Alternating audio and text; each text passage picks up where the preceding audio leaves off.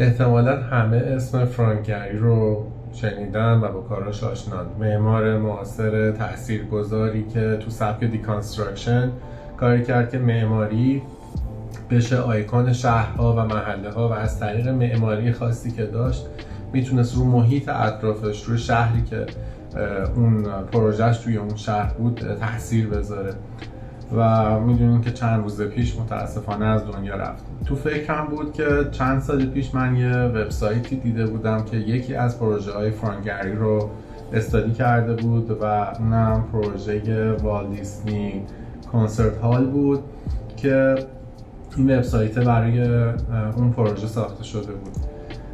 وقتی که وارد وبسایت میشیم از اسکیسای دستی فرانک گری شروع میکنه که همونطور که میدونین سبک اسکیسای خاص خودش رو داشت و به نظر من خیلی هم یونیک بود و میشد آثارش رو اینجوری کامل تشخیص داد و یه افکت پارادکس خیلی خوب گذاشته، با این فونتا کار کرده. موس رو که حرکت میدم یه کوتی یا یه نقل قولی از فرانک گری راجع به این پروژه رو داره میاره و این بنای یادبودیه برای موزیک که توسط والت دیسنی فاوند شده و طراحی و پیاده سازیش توسط فرانک گری و دفتر فرانک گری بوده. روی این که کلیک میکنیم هر دفعه یه اتفاق بامزه‌ای که میفته رنگ‌ها عوض میشه. بعد در ادامه یه افکت خیلی خوبی که داشت اینجا یه ویدیوی اسکرول بیس که انیمیشن اسکرول بیسه که با درون گرفته شده و خیلی به نظر من چشمگیر و احتمالا دیگه بهتر از این نمیشد پروژه رو نمایش داد و این اتفاقا با اسکرول کردن رو به پایین میافته. کد وبسایت شبیه یه داستان سرایی راجع به پروژه و به نظر من آرت دیرکتور این پروژه فوق‌العاده عمل کرده. ما از نمای بیرونی وارد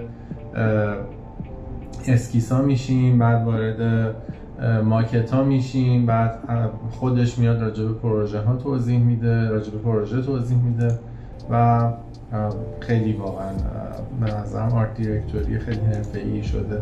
یه وقتایی با اسکرول مشکل دارم، جا داشت که یه مقدار کدش رو روون‌تر ببینم و ممکنه که یه وقتایی مثلا با اسکرول کردن سریع چیزی رو از دست بدین. شاید یه ذره میشد کنترل روی اون اسکرول رو بهتر پیاده سازی کرد. منوی این لندینگ پیج چپترهای مختلف اون استوری که داره راجع به این پروژه توضیح داده میشه رو میتونه انتخاب بکنه و هرچی که پایین تر میریم ابعاد مختلف پروژه رو داره نشون میده. ماکت های مختلفی که از پروژه بودن و هر قسمتش استوری هاشون، روند پروژه، روند حتی طراحی و اجرای پروژه تو استودیو رو داره نشون میده. میره دوباره عکسای واقعی، بعد این کنتراست عکسای واقعی با اسکیسایی که کشیده شده نشون میده که ذهن این معمار چقدر از اول دقیق و حساب شده داشته میدیده انتهای پروژه رو و این برای خودم خیلی واقعا بی‌نظیر بود. و خب قسمت‌های زیادی داره این لندینگ پیج ولی همزمان خیلی اسموت کانتنت فوق‌العاده‌ای براش پیاده سازی کردن و به نظر من خودش یه اثر هنری خلق کرده برای این لندینگ پیج، همونطوری که کارهای فرانک گری هم برای اینکه یک ساختمون و یک سازه باشن یک مجسمه یا یک اثر انتزاعی بزرگ بودن. من لینک این وبسایت رو توی کپشن میذارم و میتونید ببینین، نظرتون رو بگین.